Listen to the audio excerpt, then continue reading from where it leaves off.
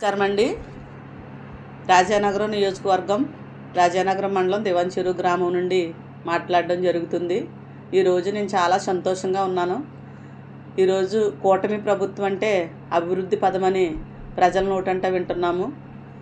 ఈరోజు తెలుగుదేశం పార్టీలో కష్టపడ్డ ప్రతి ఒక్కరికి మంచి గుర్తింపు ఇచ్చే నాయకుడు నారా చంద్రబాబు నాయుడు గారు, అలాగే ఉప ముఖ్యమంత్రి పవన్ కళ్యాణ్ గారు, లోకేష్ బాబు గారు. వారికి ప్రత్యేకంగా ఒక దళిత మహిళా నాయకురాలుగా ప్రత్యేకంగా కృతజ్ఞతలు తెలియజేసుకుంటున్నాను. అలాగే మా దళిత జాతి ముద్దుబిడ్డ మాజీ మంత్రివర్యులు కొవ్వూరు శాసనసభ్యులుగా పనిచేసినటువంటి జవహర్ గారు ఆంధ్రప్రదేశ్ ఎస్సీ కమిషన్ చైర్మన్గా నియమితులైనందుకు ప్రత్యేకంగా ఆయనకి అభినందనలు, శుభాకాంక్షలు తెలియజేసుకుంటున్నాను.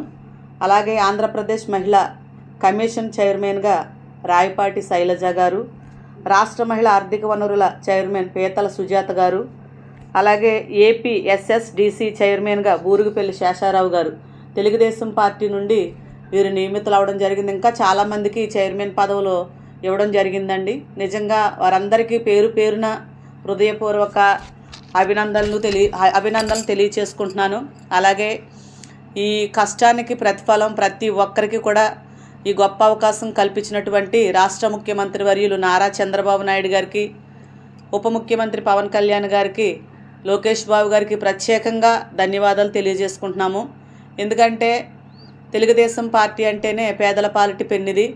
కష్టపడ్డ ప్రతి ఒక్కరికి మంచి గుర్తింపు ఇచ్చే పార్టీ తెలుగుదేశం పార్టీ. కానీ ఖచ్చితంగా ఓర్పు సహనంతో ఉంటే ఏదైనా మనం ముందుకెళ్ళగలం అనే నినాదంతో ఈరోజు మా జవహర్ గారికే కానీ, పీతల సుజాత గారికి కానీ, బూరుగుపల్లి శేషారావు గారికి కానీ, రావుపాటి శైలజ గారికి ప్రతి ఒక్కరికి కూడా గుర్తించి ఒక మంచి పదవులను వారికి అందజేసినటువంటి నాయకుడు నారా చంద్రబాబు నాయుడు గారు.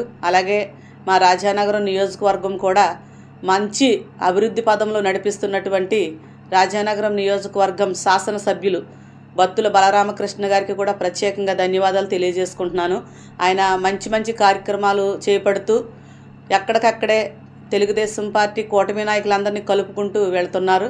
అలాగే మా రాజానగరం నియోజకవర్గం ఇన్ఛార్జ్ రుడా చైర్మన్ బొడ్డు వెంకటరమణ చౌదరి గారికి కూడా ప్రత్యేకంగా నా ధన్యవాదాలు తెలియజేసుకుంటూ ఆయన కూడా మా రాజానగరం నియోజకవర్గం టీడీపీ కేడర్ని ఒక ఉన్నతమైన స్థానంలో నడిపిస్తూ మంచిగా ముందుకు తీసుకెళ్తున్నందుకు ఆయనకి కూడా ధన్యవాదాలు తెలియజేసుకుంటున్నాను.